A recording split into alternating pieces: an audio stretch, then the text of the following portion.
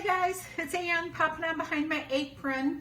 I have a couple things coming up that I wanted to take appetizer type thing too. So I grabbed out my trusty stoneware bar pan. You guys, I use this for everything from monster bars to something like this. I'm going to do chicken Clubhouse squares. And so it's kind of like the idea of a cold vegetable pizza, but it has chicken and bacon on top too.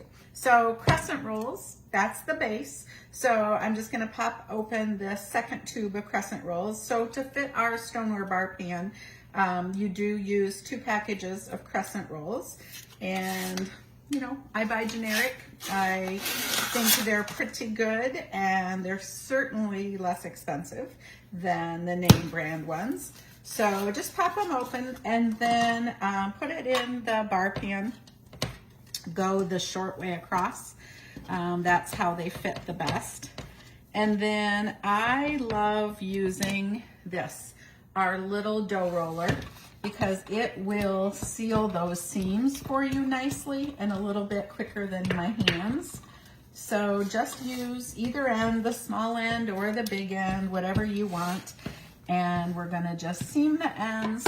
If you have a little bit of an edge, that's fine, but it doesn't really matter on this recipe if you have much of an edge, because the crescent rolls pop up just a little bit. So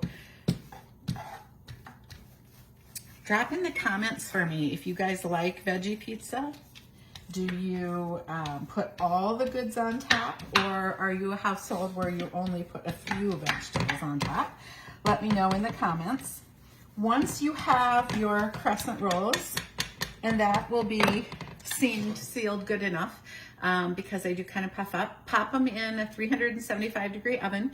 Takes about 12 to 15 minutes until they're nicely golden brown, and then we're going to take them out and they have to cool the whole time. Okay, so while the crust is cooking, I am going to mix up the spread that goes on the top. And normally it is 1 8-ounce package of cream cheese that you've softened, 1/4 of a cup of mayonnaise, 1 garlic clove, and 2 teaspoons of Pampered Chef's all-purpose dill mix. But I am going to make a couple of these in the next couple of days for a couple of different events. So I'm actually tripling the spread because you could make it and put it in the refrigerator, which is what I'm going to do. So that'll save me some time the next time. So in the batter bowl, I've put 3 packages of softened cream cheese. And then the garlic I bought, the head of garlic was normal size, but these cloves are gigantic.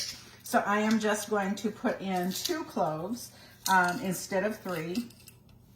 And I think that will be plenty of garlic. As you could see, a tremendous amount that just came out there. So let me just pull the skin of that first one out. And we'll put in the second one. Lots of garlic. Whew, that's plenty. So, but it's really great on this recipe. Then I have the all-purpose dill mix. And then I am putting in the mayonnaise. And I have it in my Easy Read sliding measuring cup because it just makes it so easy. You just put it in and push it and it drops it down into your bowl for you. So I use this a lot on things like peanut butter, Karo syrup, Crisco, any type of that type of stuff when I'm baking especially. And you can tip it the other way and use that for liquids. So, and then we'll just mix this up. Then when the crust is completely cooled, then you will put your spread on, then watch for a secret. So I mentioned to you that there would be a little secret coming up. So I've taken the crust that I cooled, I've put the cream cheese dill spread on the top. Now I'm going to cut it with a nice sharp knife. And when you're cutting things like a fruit pizza or a veggie pizza that you're going to put topping on, you know that it is, you've got it all arranged, it looks really nice, and then it's a little bit difficult to cut, right? So I frost, then cut, and I'll just show you here what I do after that so we're not spending so much time doing it. Then I take my spreading tool and I just re-spread out the frosting after I've cut all the pieces.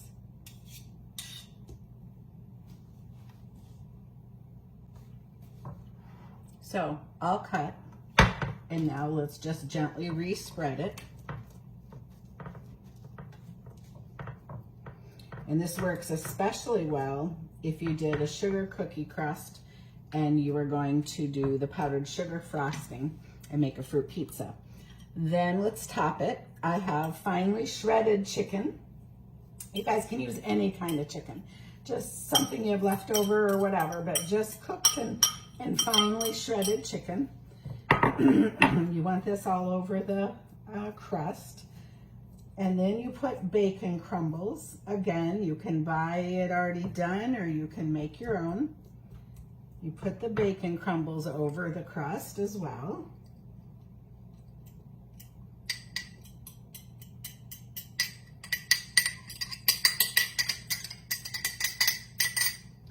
And then you're gonna top it. I like to top it in this order: diced cucumber, diced tomato, shredded cheese. So I use English cucumbers. If you use regular cucumbers, I would recommend that you peel it and excuse me, and seed them. But with English cucumbers, you don't need to do either one. And this is such a pretty thing to take to a gathering, also because it's so colorful. So it's perfect for summer. You could certainly make the crust and the spread the day before, but don't spread it, of course. Just completely cool the crust and then put it in an airtight container. And then just top it right before you want to take it to your gathering. I'll give you a quick sneak peek here. So, chicken Clubhouse squares for everyone to enjoy. Perfect serving thing, the mini serving spatula, of course. Enjoy.